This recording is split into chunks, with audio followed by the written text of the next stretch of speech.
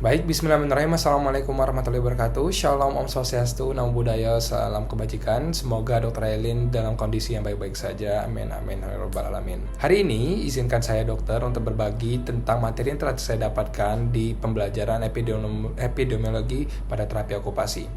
Nah, sebelumnya izinkan saya untuk membaca beberapa teks yang mungkin akan saya baca ke depannya, dokter. Jadi mohon izin saya membaca nantinya. Oke, awalnya seperti mungkin banyak dari kita ataupun saya sendiri itu mengira kalau epidemiologi itu hanya belajar tentang penularan penyakit seperti COVID ataupun tentang demam berdarah. Namun setelah mendalami materi tentang epidemiologi terutama pada terapi okupasi, pemahaman saya berubah secara signifikan. Ternyata epidemiologi itu justru memberikan fondasi yang sangat penting untuk membangun praktik terapi okupasi yang benar-benar efektif, berbasis bukti evidence-based practice, dan tentunya harus tepat sasaran. Yang pertama kali menarik perhatian saya adalah bagaimana epidemiologi memberikan kerangka berpikir yang sistematis untuk memahami masalah kesehatan dalam konteks yang lebih luas, dokter.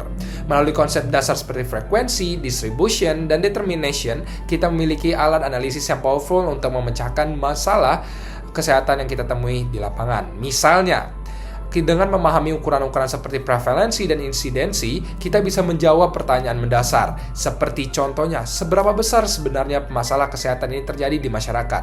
Data tentang prevalensi depresi pada mahasiswa atau indensi cedera muskuloskeletal pada pekerja pabrik menjadi titik awal yang sangat berharga bagi saya sebagai calon terapis dalam merencanakan intervensi, dokter. Namun, epidemiologi tidak berhenti pada sekedar menghitung angka saja, dokter. Yang lebih menarik adalah bagaimana ilmu ini mengajarkan saya untuk melihat pola distribusi masalah kesehatan, seperti siapa yang terkena, di mana lokasinya, dan kapan waktu penyebarannya. Proses ini seperti melakukan investigasi detektif dalam dunia kesehatan bagi saya, dokter. Ketika kita menemukan pola bahwa lansia di daerah perkotaan memiliki resiko jatuh lebih tinggi, ataupun pekerja shift malam lebih rentan mengalami gangguan tidur, disitulah kita mulai bisa mengidentifikasi berbagai faktor yang berperan.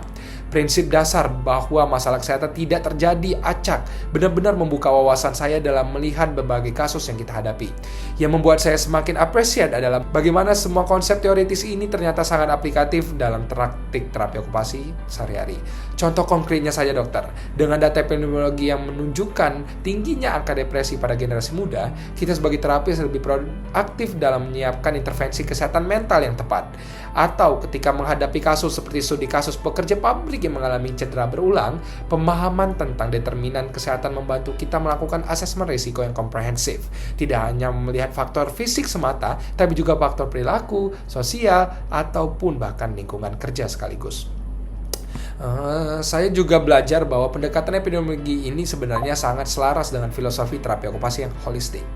Ketika kita menangani seorang klien, kita tidak hanya melihat kondisi saat ini, tetapi juga memahami berbagai latar belakang dan konteks yang mempengaruhi kehidupannya secara keseluruhan atau holistik.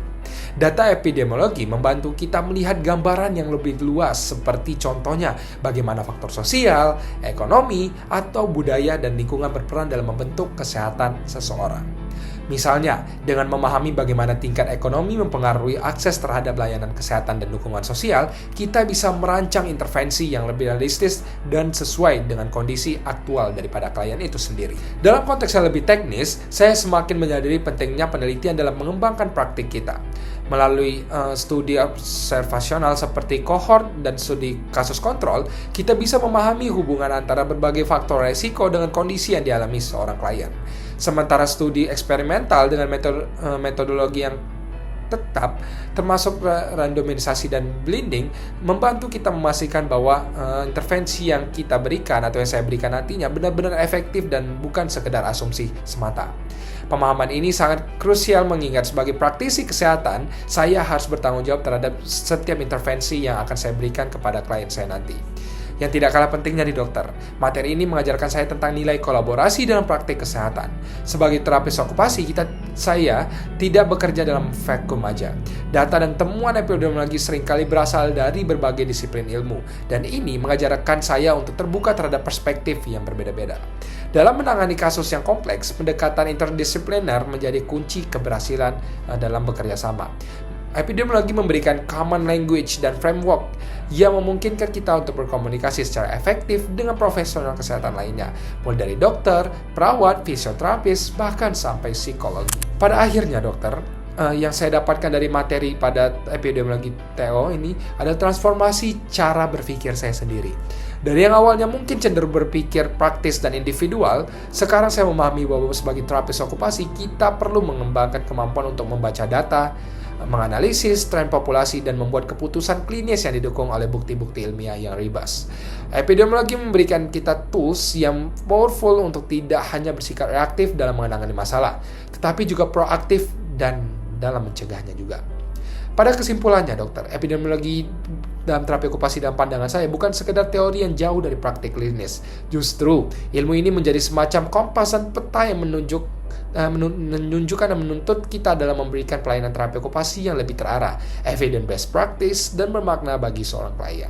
Dengan mengintegrasikan prinsip-prinsip epidemiologi dan praktik sehari-hari, saya tidak hanya mampu memberikan kontribusi yang lebih signifikan dalam meningkatkan kualitas hidup seorang individu klien, tetapi juga berperan aktif dalam memajukan kesehatan masyarakat secara lebih luas. Mungkin yang bisa saya sampaikan pada kesempatan kali ini hanya itu dokter. Terima kasih atas waktunya untuk mendengarkan sampai habis. Jikalau ada salah kata mohon maaf. Billahi taufik wal hidayah. Wassalamualaikum warahmatullahi wabarakatuh.